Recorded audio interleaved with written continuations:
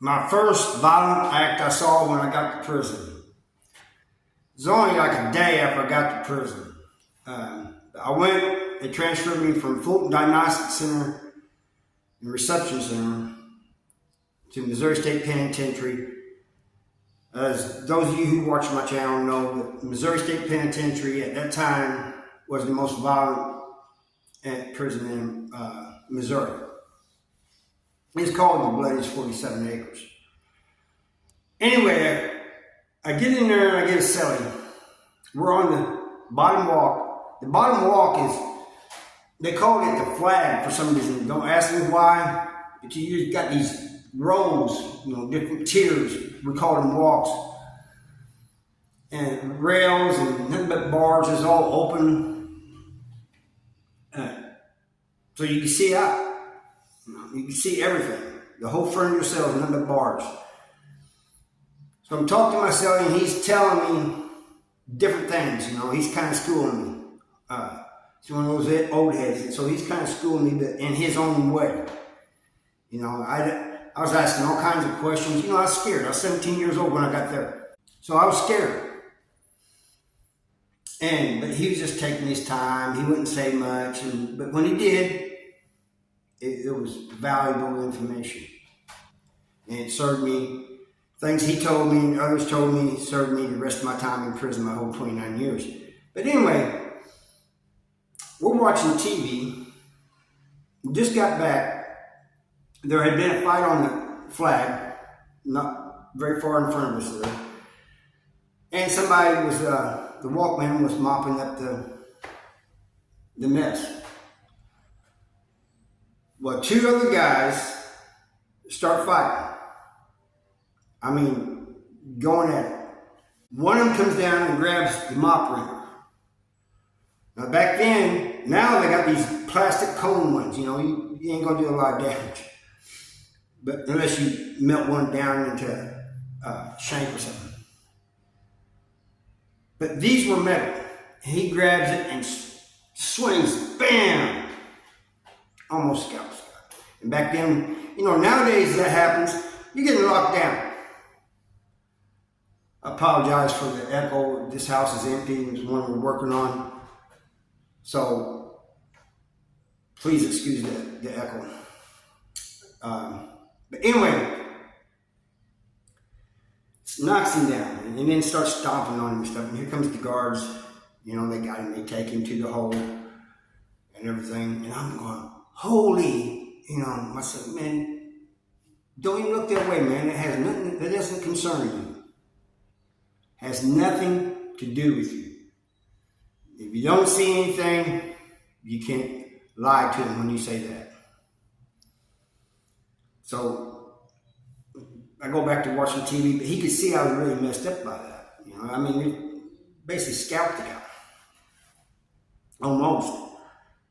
And he said, young blood, you're going to have to get used to this. Man, and every time you see something like that, man, you don't be going to run into the door saying, oh man, look at that. Don't be doing that. But that was my first violent act that happened like just feet away from me. There was others. Every day there was something happening. Fights, stabbings, this and that. You had to stay on your toes. You had to be aware of everything. And I remember him telling me one time, he says, I think you're getting where you trust me. He said, don't trust me. I said, you haven't steered me wrong yet. He goes, you don't know that. Don't trust anybody in here. He goes, I only trust my road dogs. One's right out. He goes, yeah, we've been in some battles together, went to the hole together and stuff like that. He said, but you never know in a place like this when somebody's going to turn on you. He goes, you and I, he goes, I'm just using this as an example. He goes, because I'm trying to teach you something. We could be getting along fine.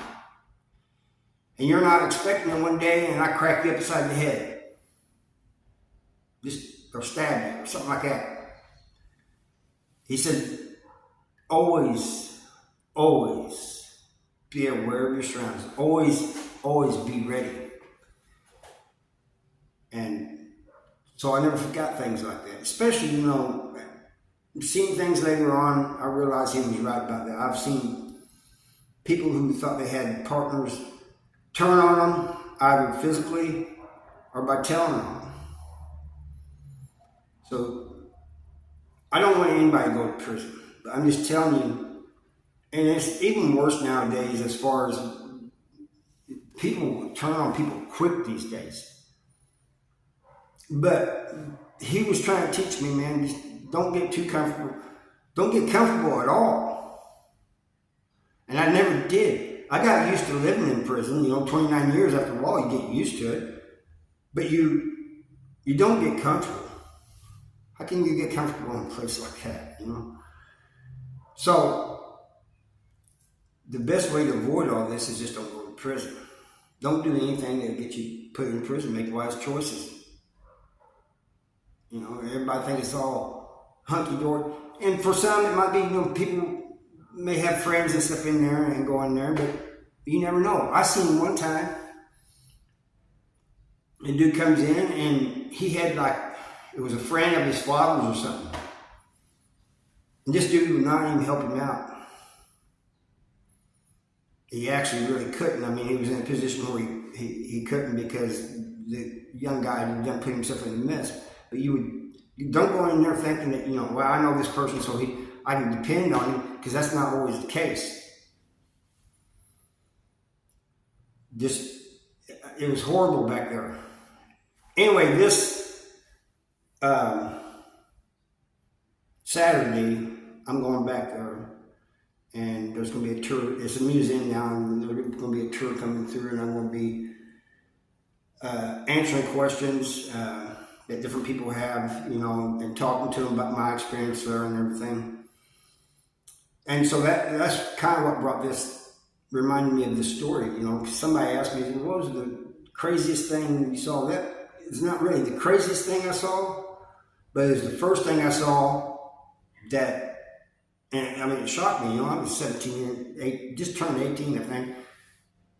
Kid, off of a farm, not from the inner city. I came off of a farm, and I go in there, and there's this. If you guys got any questions or anything you want me to do a video on, video suggestions, we'll have a link in the description of where you can fill out this form, the video you want me to do, make. Anyway, I thank you all for watching, and I'll see you next time. I'm going to try to have another video out Monday, but it's been real busy lately, so I don't know.